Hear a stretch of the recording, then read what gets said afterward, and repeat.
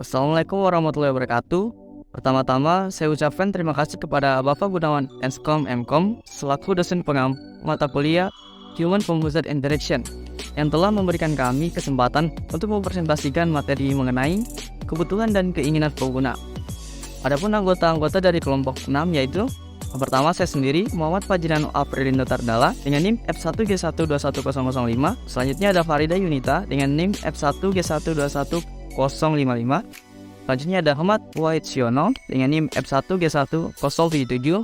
Dan yang terakhir ada Nurul Atika Faladillah dengan NIM F1G1029.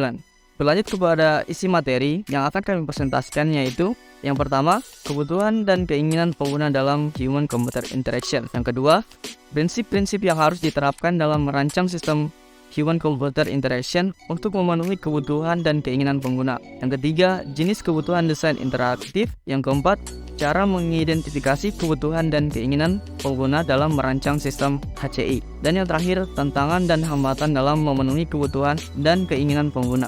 Berlanjut ke materi yang pertama, yaitu kebutuhan dan keinginan pengguna. Dalam konteks interaksi manusia dan komputer, kebutuhan dan keinginan pengguna merujuk pada dua konsep yang berbeda, namun saling terkait. Kebutuhan pengguna adalah aspek yang sangat penting dan mendasar yang harus dipenuhi oleh sistem komputer agar pengguna dapat mencapai tujuan mereka dengan efektif. Kebutuhan ini merupakan persyaratan dasar yang harus ada dalam sistem agar dapat memenuhi fungsi utamanya. Contohnya, pengguna mungkin membutuhkan sistem komputer yang dapat melakukan tugas-tugas tertentu dengan efisiensi, memberikan informasi yang akurat, atau memungkinkan akses mudah ke fitur-fitur penting. Di sisi lain, keinginan pengguna adalah preferensi atau harapan yang bersifat lebih subjektif dan beragam. Keinginan ini mungkin tidak menjadi kebutuhan yang esensial untuk mencapai fungsi utama sistem, tetapi dapat meningkatkan pengalaman pengguna dengan memberikan elemen desain yang menarik, personalisasi, atau fitur tambahan yang tidak bersifat kritis. Misalnya, pengguna mungkin menginginkan antarmuka yang menarik secara visual, kemampuan untuk mengatur ketampilan sesuai preferensi pribadi, atau fitur-fitur sosial yang memungkinkan berbagi dengan teman atau pengguna lain. Prinsip-prinsip dalam merancang sistem HCI atau Human Computer Interaction. Beberapa prinsip-prinsip yang harus diterapkan dalam merancang sistem HCI untuk memenuhi kebutuhan dan keinginan pengguna. Yang pertama itu User-Centered Design atau desain berpusat pada pengguna. Merancang sistem HCI yang berpusat pada pengguna artinya memperhatikan kebutuhan, keinginan, kemampuan, dan preferensi pengguna dalam setiap tahap desain. Yang kedua itu konsistensi. Sistem HCI harus konsisten dalam desain dan fungsinya untuk memudahkan pengguna dalam mengoperasikan sistem. Konsistensi dapat diterapkan dalam hal tata letak, ikon, warna, huruf, dan jenis input. Yang ketiga itu feedback. Memberikan feedback yang jelas dan tepat waktu pada setiap tindakan yang dilakukan oleh pengguna. Feedback dapat berupa suara, visual, atau perasaan haptik. Kemudian yang keempat itu ada keluasan atau flexibility. Sistem HCI harus dirancang dengan keluasan yang memungkinkan pengguna untuk menyesuaikan pengalaman mereka.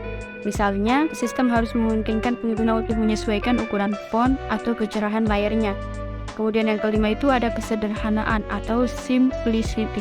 HCI harus dirancang dengan kesederhanaan dalam pikiran agar pengguna tidak bingung saat mengoperasikan sistem. Interface harus intuitif dan mudah dipahami. Dan yang keenam itu pemahaman dan keterbacaan atau understandability and readability. Sistem HCI harus dirancang dengan cara yang mudah dipahami baca oleh pengguna. Warna dalam jenis huruf harus sesuai dengan ukuran layar dan pencerahannya yang tersedia.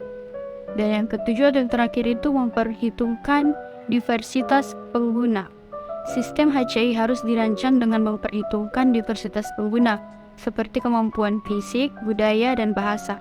Interface harus mudah diakses oleh pengguna dengan berbagai kemampuan fisik. Jenis kebutuhan desain interaktif. Beberapa jenis kebutuhan akan desain interaktif dapat dikategorikan sebagai berikut. Yang pertama, ada kebutuhan fungsional. Kebutuhan ini berkaitan dengan apa yang perlu dilakukan oleh produk atau sistem, atau apa fungsi dari produk itu. Misalnya, indikator mesin printer memberitahu printer bahwa kehabisan kertas. Yang kedua, ada kebutuhan data. Kebutuhan ini merujuk pada jenis, ukuran, keakuratan, dan nilai data yang diperlukan.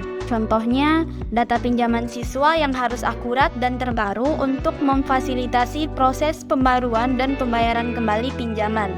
Selanjutnya yang ketiga, kebutuhan lingkungan. Kebutuhan ini berkaitan dengan beberapa aspek seperti lingkungan fisik, lingkungan sosial, lingkungan organisasi, dan lingkungan teknis. Selanjutnya ada kebutuhan konsumen. Kebutuhan ini mengacu pada fitur penggunaan grup target yang dapat mempengaruhi desain interaksi.